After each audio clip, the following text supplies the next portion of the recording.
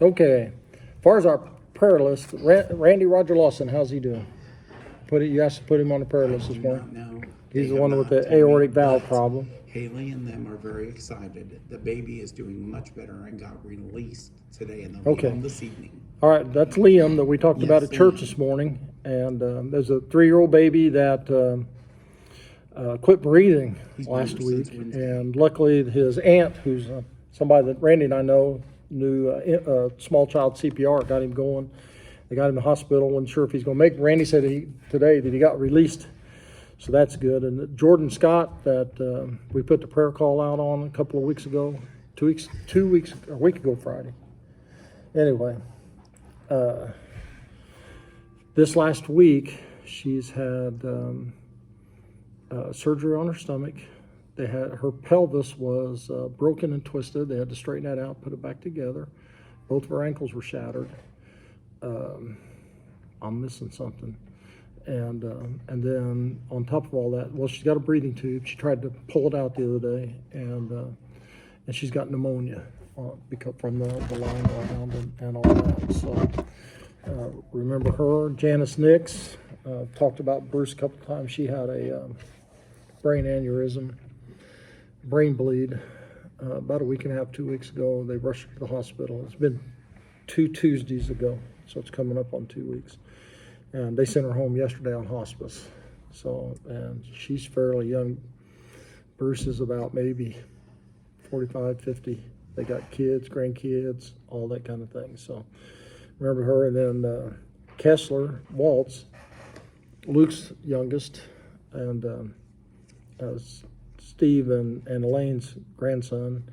They think he has that RSV. Yeah, RSV. That's what I started saying. The letters didn't sound right. And we just saw a thing on the news this morning that's a respiratory virus that's going around in young kids, that it's almost getting out of control.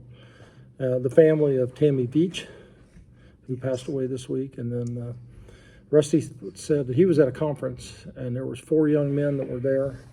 As they used Uber to get there and to get back to wherever it was. I'm not sure where the conference was even, but the Uber driver had an accident.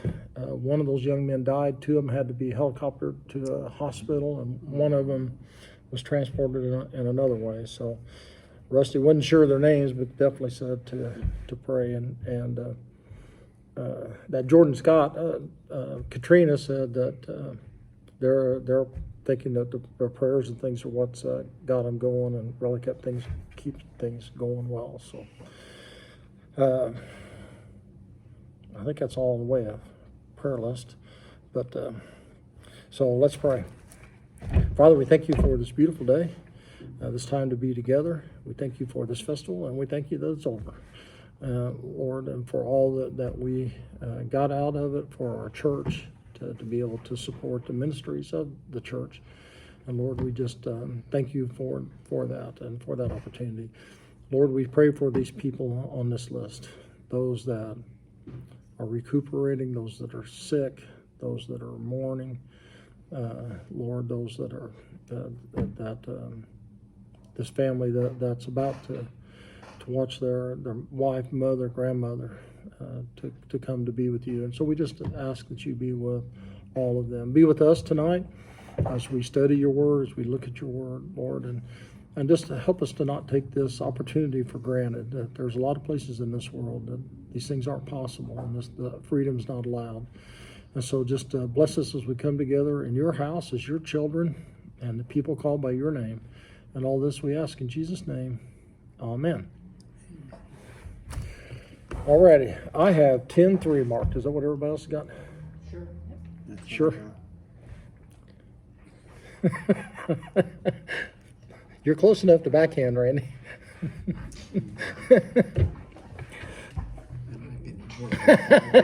Yeah. Randy's over there making fun of me. So, anyway, and I'd be more upset if he didn't. So, 10-3. So Moses and Aaron. I'm going to start reading with 10-1 so we can tie it all together. The Lord said to Moses, "Go to Pharaoh, for I have hardened his heart and the hearts of his officials, so I may perform these miraculous signs of mine among them, that you may tell your children and grandchildren how I dealt harshly with the Egyptians, how I perform my signs among them, and that you may know that I am the Lord." So Moses and Aaron went to Pharaoh and said to him, "This is what the Lord, the God of the Hebrews, says. How long will you refuse to humble yourself before me? Let my people go, so that they may worship me. If you refuse to let them go, I will bring locusts into your country tomorrow. They will cover the face of the ground so it cannot be seen. They will devour what little you have left after the hail, including every tree that is growing in your fields. They will fill your houses and those of all your officials and all the Egyptians, something neither you nor your fathers nor your forefathers have ever seen from the day that they settled this land till now." Then Moses turned and left Pharaoh. Pharaoh's officials said to him, "How long will you let this man be a snare to us? Let the people go so that they may worship the Lord their God. Do you not yet realize that Egypt is ruined?" Then Moses and Aaron were brought back to Pharaoh. "Go, worship the Lord your God," he said, "but just who will be going?" Moses answered, "We will go with our young and old, with our sons and daughters, and with our flocks and herds, because we are celebrating a festival to the Lord." Pharaoh said, "The Lord be with you if I let you go along with your women and children. Clearly you are bent on evil. No, have only the men go and worship the Lord, since that's what you've been asking for." Then Moses and Aaron were driven out of Pharaoh's presence. So, all right. Now, this one's a little bit different in the fact that this isn't against, there's not a locust God.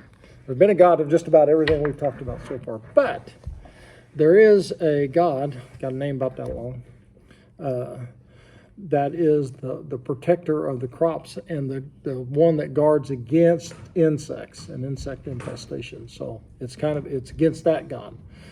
So you have a God that's supposed to be protecting the crops, keeping all the bugs out, and all those sort of things. So this one is showing that also that God's powerless. Now, we've pretty well taken care of the flocks, right? And the herds, with both the disease and then the hail. There's a few of them left because of the hail, the whichever ones they got back into the barn, they were given the warning, so they're not all gone, but they're mostly gone.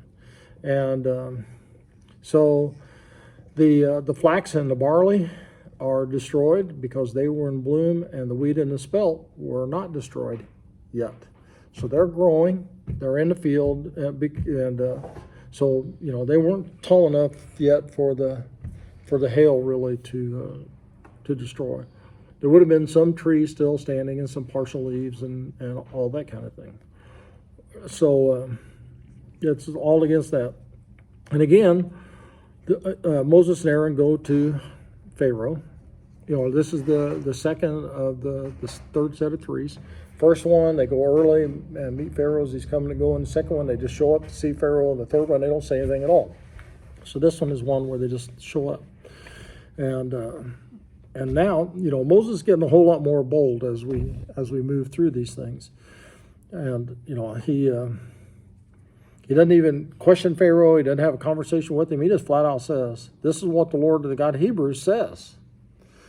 How long will you hold these people?" So, if you look at it, what kind of, if you were addressing a dictator or somebody like that, especially someone that thought you were God, and you went in and pointed at him and said, "How long are you going to do this?" That's usually about the last thing that you're ever going to say. It's kind of like a little bit like I don't know, maybe I like it or not, but I thought about it just now. The last four words of a redneck, before they go to heaven. "Hey fellas, watch this." So, it's kind of one of those things that you're challenging something that's going to cause you harm. And that's what would have been here normally, for Moses to say something like that to Pharaoh, would usually for anybody else would have been, take him out, cut his head off. And but Moses isn't concerned about that. He knows that the tide's turning. But Moses also, he's saying, this is not what I'm saying. This is, because remember, this whole thing is a display of power between the Lord God of the Hebrews and the so-called God of the Egyptians, working its way up to the supreme God. They've got taken care of their water and a lot of the fish. their flocks and herds, which is milk and cheese and all those kind of things. They didn't eat the meat, if you remember, because they worshiped cows and sheep and all those sort of things. So how long will you refuse to humble yourself before me, is what Moses is speaking for God. The Lord is saying, how long is it going to be before you realize that I am greater than you are? How long before you humble yourself before me? When you going to finally admit that you are not the one in charge? And so let my people go. Now, no more. That's a command. Let my people go, so that they may worship me. That's the whole point of it all. We're talking about slaves, we're talking about slavery and a lot of different things, but the whole point on all this is that they not just need to be free, they need to be free to worship. That's the whole point of their freedom. And actually, in the beginning, God doesn't call for their total freedom. He calls for a time for them to be able to leave, 3 days journey, worship for whatever time they need to worship, 3 days journey back. That's how it all starts. And even here, let my people go so that they may worship me. And so what happens if they refuse? Bring locusts. Locust. Now, what's a locust look like? Cicada. Like a beetle. Huh? Looks like a cicada. That's what it does here. Like a beetle. They actually Like look with like a grass. They look like a grasshopper, except they got big wings. They look just like if you were to see one, most people think they are. They just got bigger wings than a grasshopper. And there's a lot of different kinds. They got, I was trying to think, I think it's Joel, that talks about the 4 kinds of locusts that God's going to bring in.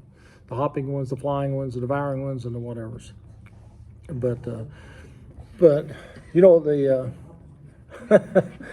locusts have always been a problem in that part of the world, and they still are.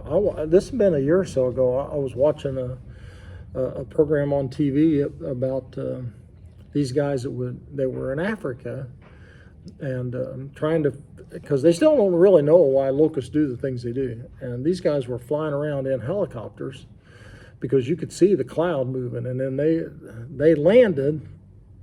Sometimes scientists do weird things for science. So they land and they go run into the center of the locust just so they can see which way they're flying and do it. But still, then it was you could see them in the cameraman back here filming the whole time. You could see them moving around doing all those things. This would have been a whole, and it wasn't very big. It might have covered a couple of city blocks or something in that kind of a swarm, and they move. They just keep they're constantly moving. Now, one of the things that I've heard before is that the reason that they always keep moving is that they are so devourous, and they will eat whatever's there. So one lands, and the back one comes, and he lands, and this one's afraid he's going to eat, so he takes off. This one's afraid he's going to eat. If he's the last one, there's nothing left to eat, so he jumps. So it's basically almost like we would say leapfrogging, pushing it ahead. And they can go about 200 miles a day, and they can go up to about 10 mile an hour, and they'll go for 20 hours straight, and they can flap their wings for 17 hours without stopping. So they can move through an area pretty quick. I mean, if you stop and think about a swarm of locusts coming through they can move 200 miles in a day. Do you realize that's farther than from here to St. Louis or from here to Ohio? Indiana's only about 145, 150 miles wide. So, they would cross Indiana in a day. And just think about that when they're eating everything that's green in their path. Now, they're almost like a tornado in the area today, as it's a thin path through. This would have been something a whole lot more. And, Moses tells them, not only will he bring locusts into your country tomorrow. Now, I want to stop and focus on that since I mentioned it. And why does he say your country? Because Egypt's not the land of the Hebrews. Mm-hmm. It's not the land of the Hebrews, which is part of the point. And we've talked a few times, and you really get into it later on in the Old Testament, or you see it more prevalent, that philosophy or is that people believed in geographic gods. Every country had its own set of gods. And even today, we talk, when we look back, we talk about the gods of the Philistines, the gods of the Romans, the gods of the Greeks. And the Greeks and Romans were a lot the same. They had different names and all that. And a lot of them were similar because of the ways that the ideas that they got about their gods. But they thought each country, there was a god of the land, or gods, plural, of the land. And even that when battles were fought, say between the Egyptians and the Babylonians, that first there was a battle fought between the Egyptian gods and the Babylonian gods. Whichever set of gods prevailed, that is the country that would prevail. And that's why you see a lot of times in the Old Testament and in old movies about people back then, when they say may the gods be with us, they're not talking about may they protect us. Hopefully they're on our side and they win for us is what they're talking about. So God is saying, you think you're the God of this boundaries? I'm going to show you I'm the God of everywhere. Your country, you defend it. You're supposed to be the God of the land. And so I'm bringing them into your country. And I mean, that's almost today like somebody saying, I am bringing my family into your house, and I'm bringing my dogs and my cats and my cows. I'm going to bring them right into your living room, and we're going to watch TV, and there's nothing you can do about it. And so how we'd all feel. That's kind of where Pharaoh is. But Pharaoh's starting to realize he can't do anything about it. But it is very important that he says, into your country tomorrow. And it's again telling them tomorrow. What's he saying? Try to stop it. I'm telling you, it's going to happen tomorrow. I'm giving you a chance. You got till tomorrow to come up with a way to stop it. And they're going to cover the ground so it cannot be seen. And that's more than what usually happens over there. I mean, there may be some, and there have been since then. It's been about it's not been all that long, and history-wise, like 100, 150 years ago, in what's the Jewish area now, that locusts came in and were about 2 or 3 inches thick on the ground in just a small area. Now, the difference is this is a whole country except what? Anybody know? They settled. Yeah, Goshen, where the Hebrews lived. Yeah, he had the right idea. Where the Hebrews lived, everything's going to come in, it's going to eat up everything except theirs. So, some people say that, God uses things, he's been using natural things to bring them in. And is it a miracle or is it not a miracle? Well, the thing that makes this one kind of different and definitely a miracle is that these things happen. And, God could have just said, let there be locusts, there would have been locusts. But he brings them in with the east wind.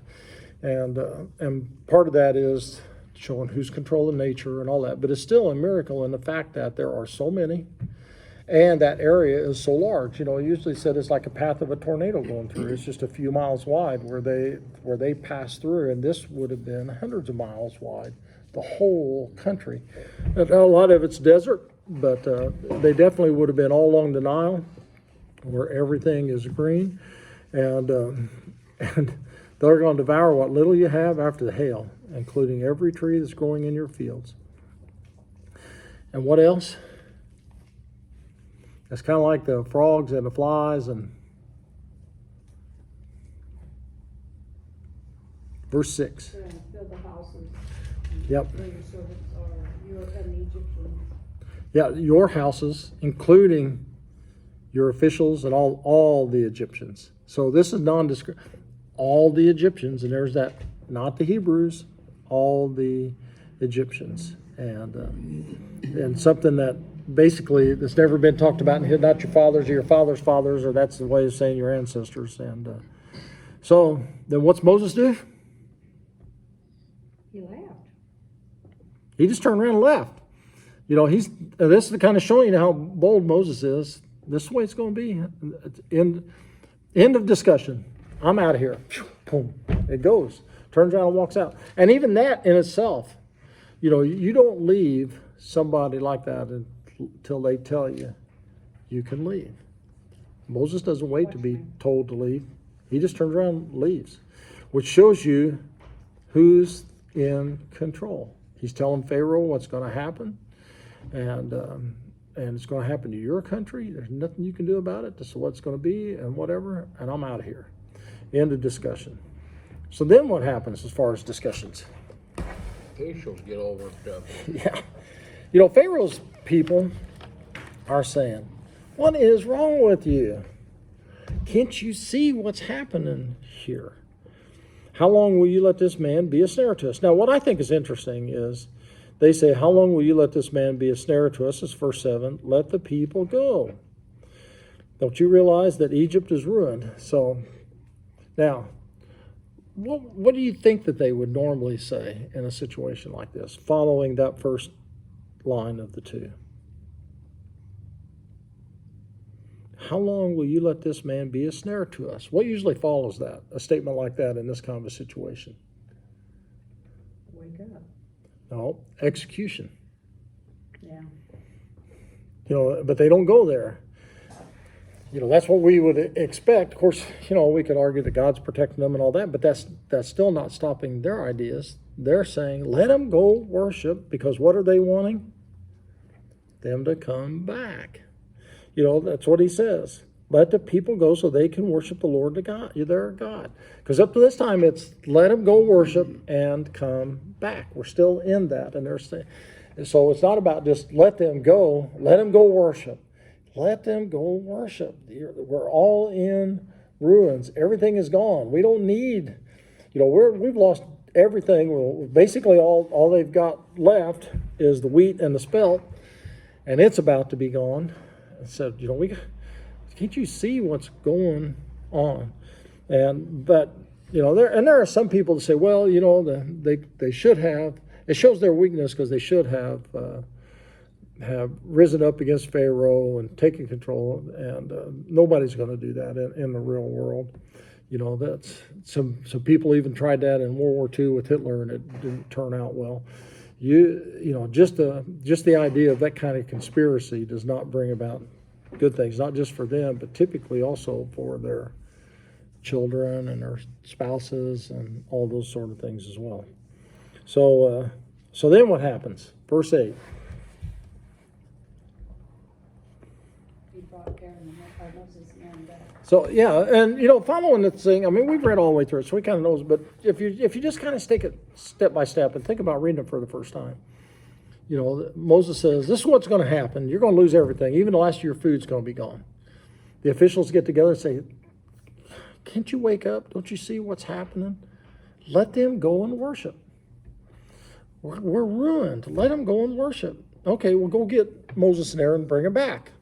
Well, then, you know, when you look at it that way, we would expect the next thing to be, okay, you can go. Yeah.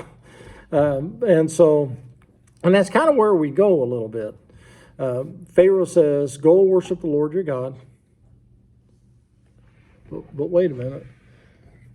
So who's going to be going? Yeah. And so now, this next statement that Moses says is still one of the most prominent statements and beliefs of Jewish people.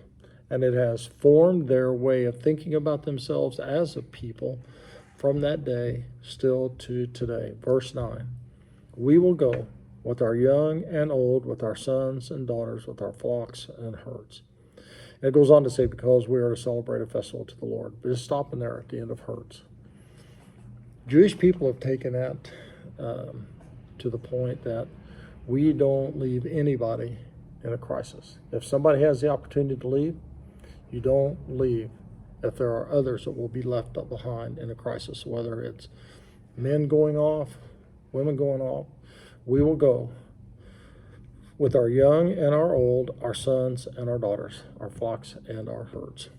And that's where they kind of have a term, what they call the three something or another. Anyway, the three foundational things of the Jewish people are God, the Torah, Israel, which is the people, not the country, the people.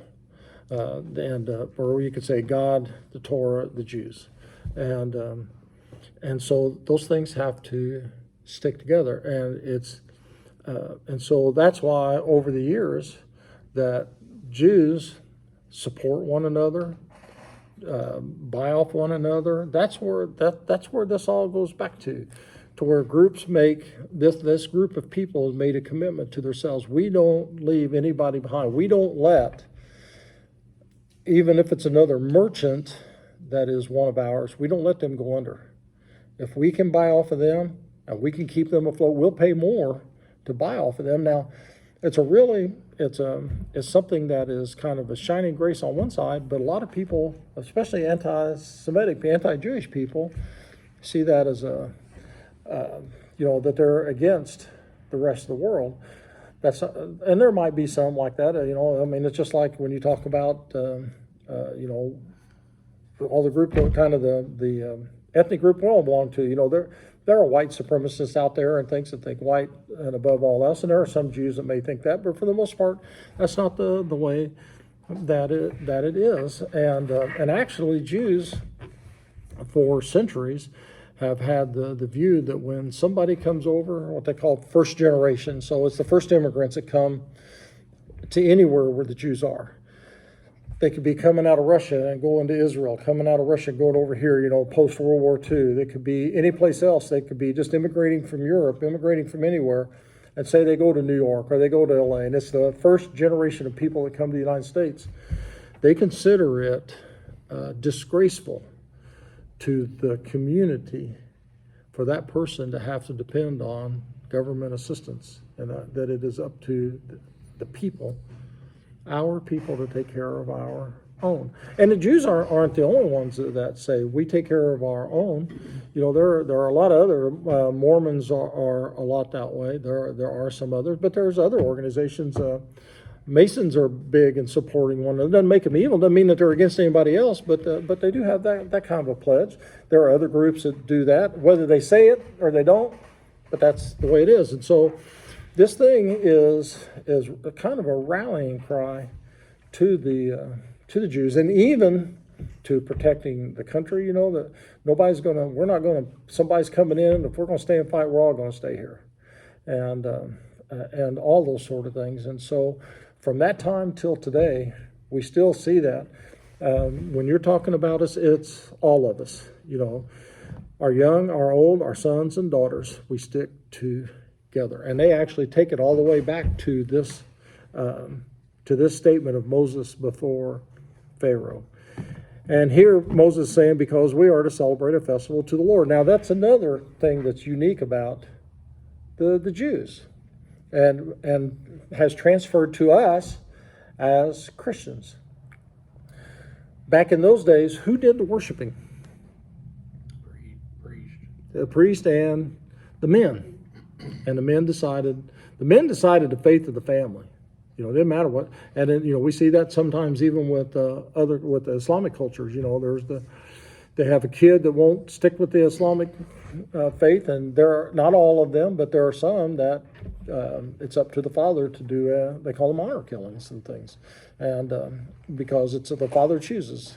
And here, the Jews, it's the whole family that celebrates. It's the whole family that worships. The Jews are one of the first ones, and especially with Passover, that has gone back all the way to the next chapter or so here, that it's from the oldest to the youngest. And then Passover, when you go to, which may be something we may do as a Bible study on that Wednesday closest to Good Friday or something, or one of those nights. We really haven't. I know we've had to play here and some things like that before, but as far as just sitting around, in that, the oldest woman there, and I never choose who that is. Wise man. The oldest woman there has a part. The youngest child there that is able to walk, basically, has a part. So everybody is included. And see, it's not about just the men. It's the oldest woman, the youngest child. They celebrate and worship together. Comes back to here. We will all go together. Our young, our old, our sons and daughters, everybody celebrates. Everybody worships together. We are a people. And we do that today. There are some Islam, there's some others too that, and some of the Jews were that way in Jesus' day, or the Jews were that way in Jesus' day. They kind of got off track a little bit, to where men worshiped in one room, the women and children in another spot, or not at all. But here it's, we are a family. Our families worship together. So, verse 10. Pharaoh's answer is, right. And when he says, the Lord be with you if I let you go, he is saying, if I let you go there, you better have somebody with you, because that ain't happening. This is a real sarcastic statement. And if I let you go along with your women and children, clearly you are bent on evil. So what is the problem? And he goes on to say, no, have only the men go and worship the Lord, since that's what you've been asking for. So why doesn't Pharaoh want the women and the children to go? Because the men won't return. Huh? The men won't return. You ever hear of hostages? What's the best way to make sure the men come back? Yep, just like Martha was saying. Don't hold me hostage. Mary Jane said Marty may just keep going. So anyway, sounds like a deal. But that's what and that stuff still goes on today. There are athletes in Russia that travel abroad. A lot of times they're reminded that their families are still in Russia, and some of those things happen. The same thing in other countries, China, North Korea, places like that. The best hostage you can have is family, and so that's what Pharaoh's here, and so why would he say clearly you're bent on evil? Because he figured he was bent on taking them and not bringing anybody back. Yeah, exactly. Martha said because Pharaoh's figuring that they're planning on taking them and not bringing anybody back. What has been interesting throughout all of history, including this country, pre-Civil War, was that slaveholders always saw the slaves as evil for wanting to be free. The slave that tried to escape was the evil one, not the one that was beating them to the point of escaping. Abraham Lincoln said one time when they were asking him about slavery, he said, I always wonder when somebody tries to justify slavery, what it would be like if we made them a slave for a while. Now, that's not an exact quote, but it's somewhere to that. And, so people that are pro-slavery are pro-slavery when they're not the slave. And so that's what he's saying here, that, no, if I let you all go, you are not coming back. So have only the men and the women go. That's what you've been asking for. Is that what he's been asking for? Never. Pharaoh's trying to turn things around and make it look like, I'm trying to give you what you wanted, when he's not. Moses has never said, just let us have the men and go. All along it's been families, flocks, and herds. And so then Moses and Aaron, how did they leave? They forcibly left. They were driven out. So it wasn't just that Pharaoh said go, it was get them out of here type thing. So verse 12, and that's where we left off reading with 10. And the Lord said to Moses, stretch out your hand over Egypt so the locusts will swarm over the land and devour everything growing in the fields, everything left by the hail. So Moses stretched out his staff over Egypt, and the Lord made an east wind blow across the land all that day and all that night. By morning the wind had brought the locusts. They invaded all of Egypt and settled down in every area of the country in great numbers. Never before had there been such a plague of locusts, nor will there ever be again. They covered all the ground until it was black. They devoured all that was left after the hail, everything growing in the fields and fruit on the trees. Nothing green remained on tree or plant in all the land of Egypt. So this is the east wind blows, and that's usually where the hail come from to Egypt even today. And So it blows, it brings them in, but it's not just a little bit. The ground was black with them, and it was everywhere. Now, and we talked about that because of the barley and the flax and the wheat and the spelt, or whichever. I know it was the wheat and the barley, where the barley was first, the wheat was still second. I get the other two mixed up. But anyway, we know when those crops were about to go. This one now is spring. When we started off, we were in the fall.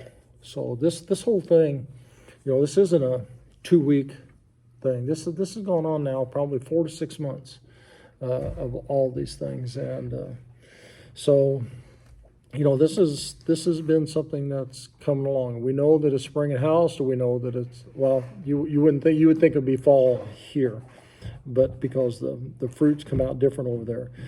So because it was everything growing in the field, and what else? Fruit on the trees, and their fruit comes in the spring. And if you remember, even Jesus, what did he get upset about during Holy Week? The fig tree that didn't have any figs it should have had.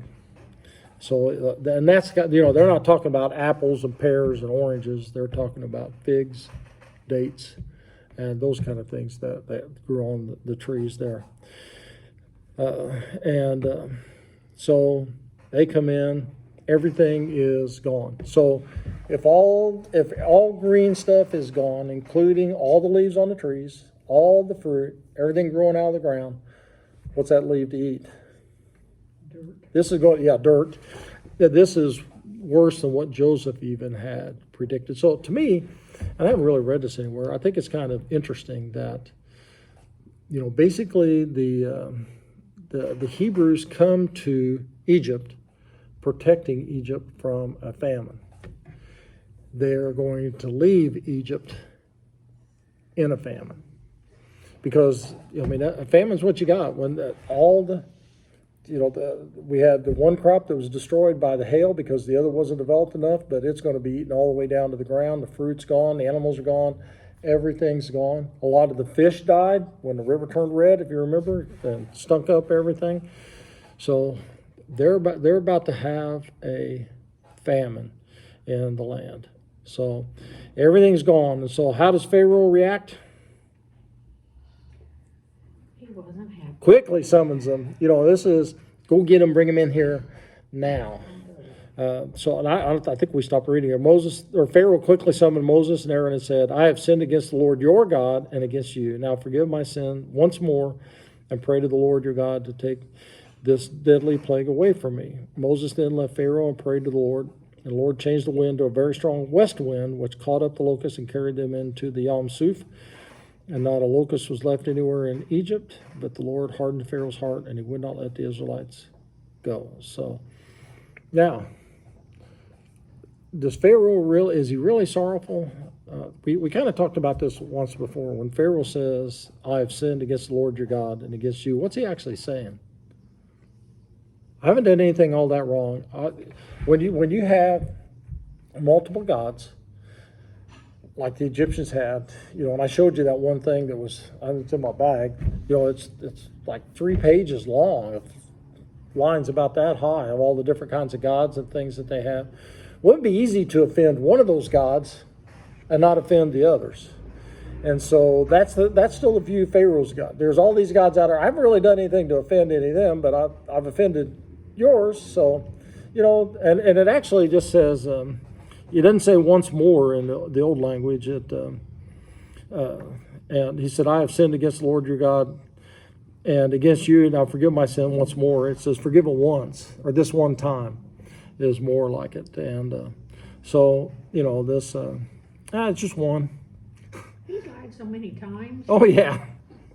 Well, it's kind of, it's a different view. Well, I've sinned against you and your God once. I didn't sin against all mine, so it's not that big a deal. Pray for me this one time, it'll be done, and kind of thing. It almost shows more of a kind of oh well, whatever type, as much attitude as anything, and may take this deadly plague away from me. Just I've only done one thing, So what do you think his sin? He's thinking his sin was?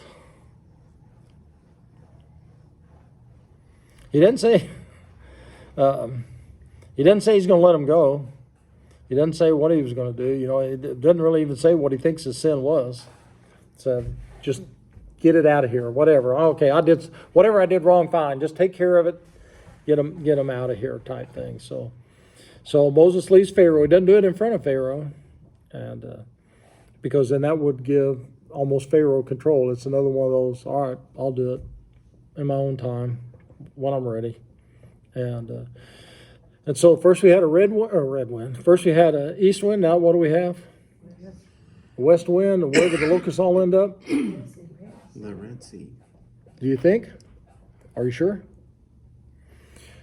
One of the big things that's come out in the last 50 years about the parting of the sea, and we'll talk about it again there, is and you notice when I read it, I said the Yam Suf.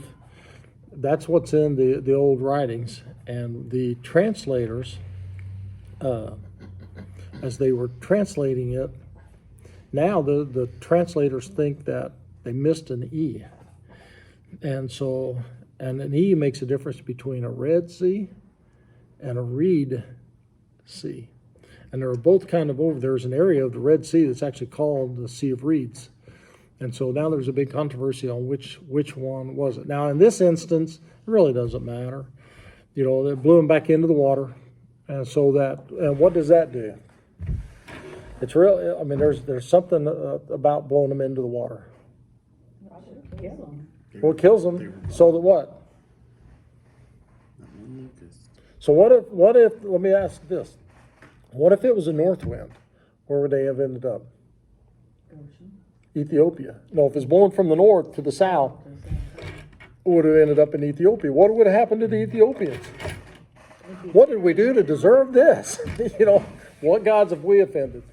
This was God's way, not only of not doing anything against the Jewish people in Goshen. If it had blown on east, where would it have gone? Libya. If it had blown from the north to the south, they would have went to Ethiopia. God takes them, he brought them into Egypt only, and he takes them out with Egypt only. This is only between God and Pharaoh.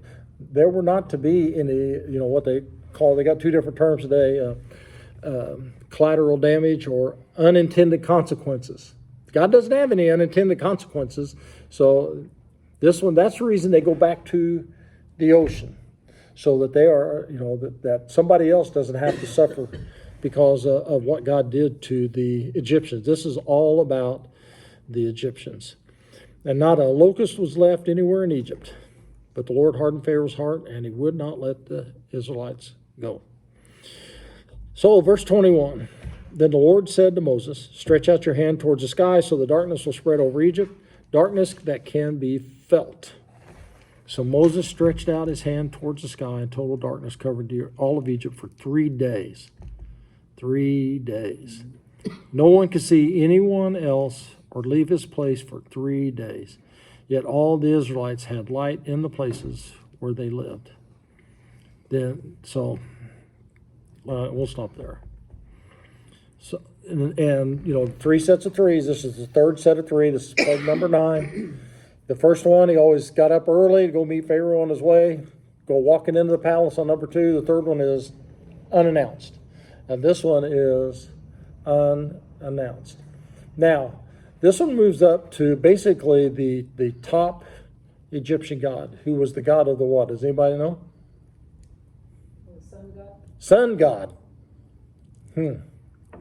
So the sun god controls the light. And and that's Ra. And all the other gods are derived from him, or the Pharaoh's kind of, some think that he's a son of Ra, and they're different ones, but anyway, and Isis and Osiris and all the rest, and Ra's the big one. So Moses, there's no announcement, there's no anything. So can you imagine, at least everything else, I don't know, only the one does Moses tell Pharaoh, and that's the hail. go out. You tell your people to get their stuff in. There's only one that the people were told to have an advance warning. And then the darkness comes. Now, have you ever been in pure darkness? It is unnerving. 4 times, I guess. Twice, once with Jesse's class, once with Brian's class. We went to Mammoth Cave, and then Brian and I once went to the Grand Canyon Cave, which was a bus, but anyway. But one of the big things with all of the caves, when you go in, they get you on the inside. You know what they do? Turn the lights off. And in Mammoth Cave, there's about 25 or 30 of us in the group. And one of those kids had little shoes that light up, and they actually said, have them take their shoes off or hold them so they don't. And you know, in every one of those instances, you can't see.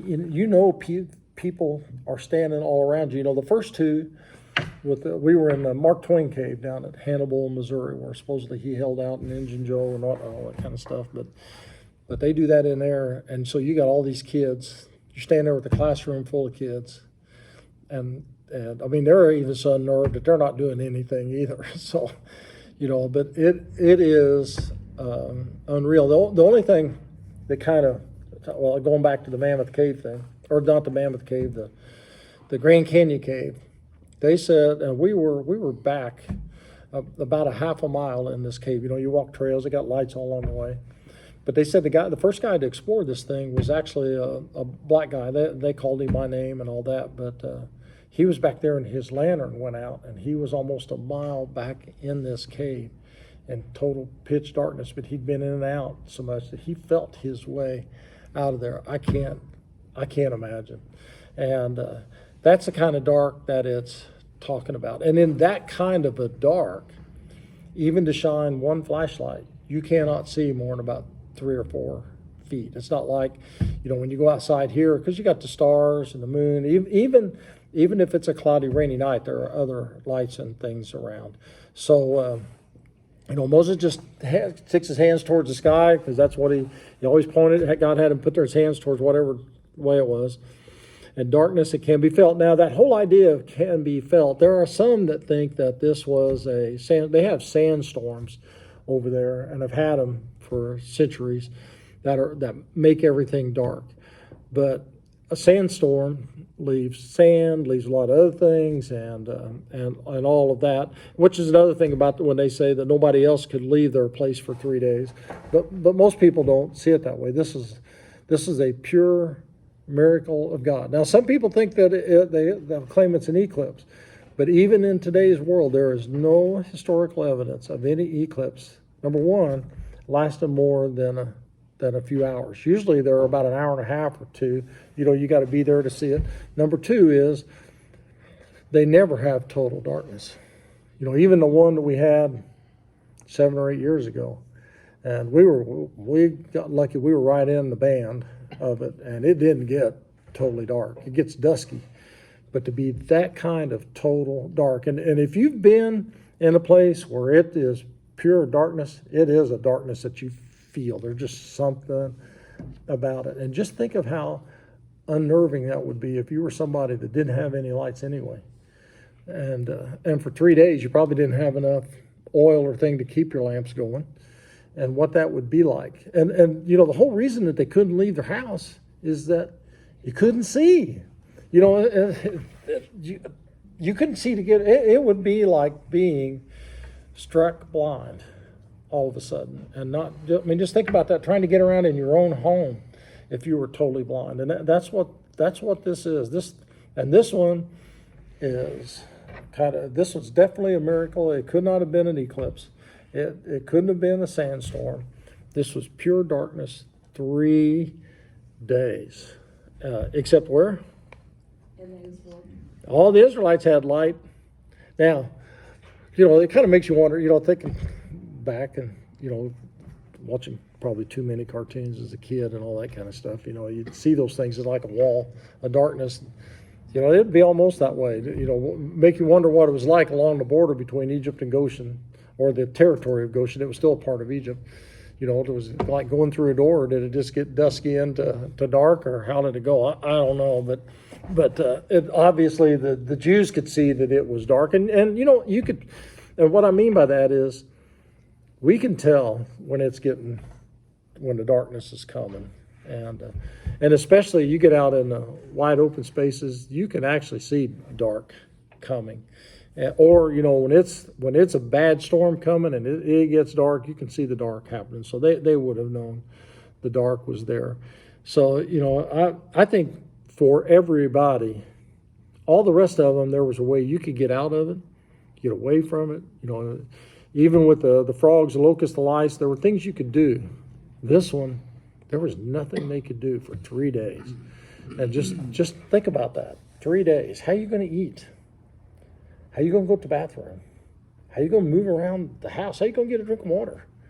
If you can't see, you know, and people didn't have a light switch. They didn't have, most of them didn't really have candles or anything. These are slaves. And even the people, the poorer people, you know, Pharaoh probably had lights or torches or candles or something throughout the palace, and some of the more wealthy people. But even with that, they couldn't go outside. You couldn't go venture beyond your doors. They were, even with the light inside the house, for those people, they were stuck in the house because you couldn't have seen anything outside.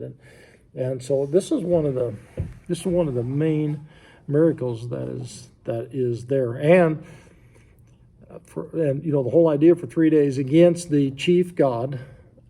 So it all culminates up to there. Everything's been taken away except light.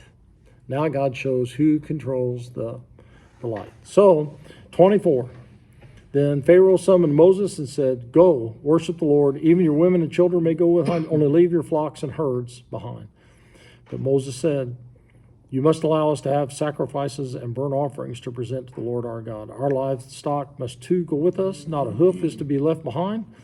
We have to use some of them in worshiping the Lord our God. And until we get there, we will not know what we are to use to worship him." And now, in verse 25, you must allow us to have sacrifices and burnt offerings.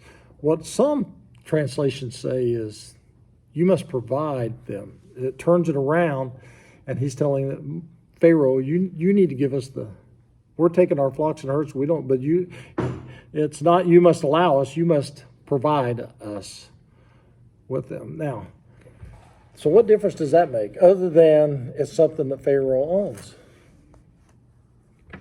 You remember why they had to take a 3-day journey? They wouldn't offend Yeah, John's right. So, because Moses said, you don't kill animals, and to kill your animals would offend people, and there's going to be a civil war over it. I mean, it was that bad. You know, it's detestable, and so, because you don't kill animals for sacrifice, and now then he turns around and tells Pharaoh, you need to provide us with some animals to go. So it gets to the point of, we're going to go so your people won't see us sacrifice these animals, to give us animals to sacrifice. Give us some symbols of your gods that we can come and slaughter. You know, so that's again, we see Moses getting more and more, but God's speaking through Moses. The stakes just keep getting higher and higher and higher. And it's to present, and you have to give them to present to the Lord our God. So now you have to provide the sacrifices for us to give to our God. So what's that mean? You know, Pharaoh has to succumb to the idea that there is another God, and that God needs to be worshipped and sacrificed to, and he's going to participate in that. And it's kind of the same thing that a lot of the Christians went through in the Paul Spot talks about, and others, when in Greece and in Turkey and in Rome, where the butcher shops were actually temples. You went and you sacrificed your lamb to Zeus or whatever, and they slaughtered it and they put it on, and then they went out the back door, and that's where the butcher shop was, and you went and bought this animal that had been sacrificed to Zeus, or you got part of it back, and they would have a big party, and they wanted people to come in and to eat this, look at this meat we sacrificed to Zeus and whatever, and let's all eat and worship and all that. And some of the Christians wouldn't do it because it was, they were sacrificing to false gods, weren't they? False gods and all that kind of stuff. And that's kind of where Pharaoh, they're saying to Pharaoh, you participate in our worship with us now. And and we're taking our lifestyle. We're not leaving anything behind. And that's no different than he's been saying all along. Pharaoh keeps coming, all right, we'll take the men. All right, well, take the women and children too, but don't take the animals. And Moses comes back with, no, we're going to take our animals and you're going to give us some as well. So, and we're not going to know. And you need to give us several different kinds because we don't know. Are we going to have to offer a calf, a lamb, a kid, a camel? We don't know what we're going to have to sacrifice. We need to bring them all with us just to be on the safe side. And we're not going to know till we get there what we need. So we need to take them all. And it's about as good an answer as you can give to be able to take all of them. Because if he said, well, our God requires that we sacrifice lambs. Okay, well then leave the goats and the cows and everything else here. But Moses said, we need to have them all. So 27, but the Lord hardened Pharaoh's heart, and he was not willing to let them go. Pharaoh said to Moses, get out of my sight. Make sure you do not appear before me again. The day you see my face, you will die. Just as you say, Moses replied, I will never appear before you again. Now the Lord had said to Moses, I will bring one more plague upon Pharaoh and on Egypt, and after that he will let you go from here. And when he does, he will drive you out completely. So tell the people that men and women alike are to ask their neighbors for articles of silver and gold. The Lord made Egypt favorably disposed towards the people, and Moses himself was highly regarded in Egypt as Pharaoh's officials and so the people. So that's a little interlude. We're going to talk about the interlude next time, because 29 actually goes right into verse 4. So verse 29 says, just as you said, Moses replied, I will never appear before you again. So Moses said, this is what the Lord says about midnight. I will go throughout Egypt. Every firstborn son in Egypt will die, from the firstborn son of Pharaoh, who sits on the throne, the firstborn son of the slave girl, who's at her right hand, and all the firstborn of the cattle as well. There will be loud wailing throughout Egypt, worse than there has ever been or before or will ever be again. But among the Israelites, not even a dog will bark at any man or animal. Then you will know that the Lord makes a distinction between Egypt and Israel.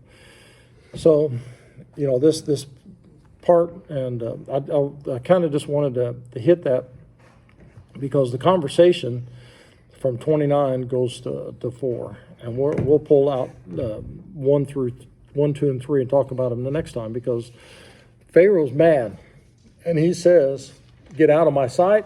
You ever see my face again, you're going to die.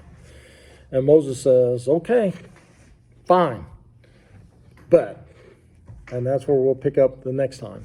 Moses doesn't just let it say, and that takes a lot of guts. If somebody says, I ever see you again, you're a dead man. And that's not just two guys in a bar talking. This is the guy that all he's got to do is snap his fingers a point, and Moses is a dead man. And to have the guts to say, fine, but let me tell you, you're talking about me. Let me tell you what's really going to happen. So, all right, somebody give me any. We'll stop there. I lost it this morning, and I never picked it back up. Thank you. So we'll actually kind of go through some of it next time, and then we'll come back to 1, 2, and 3. Or do 1, 2, and 3, and then come back so it all ties together. So we'll see y'all on Wednesday night, or next Sunday morning. I appreciate everybody that worked through the festival. And like I said, it's always good to have it, and it's always good when it's over. It's over. But so hope you have a blessed evening. It's a nice, beautiful night, especially for this time of year, and appreciate what the Lord's given you. And then go out and be a blessing to others. And we'll see you next time around.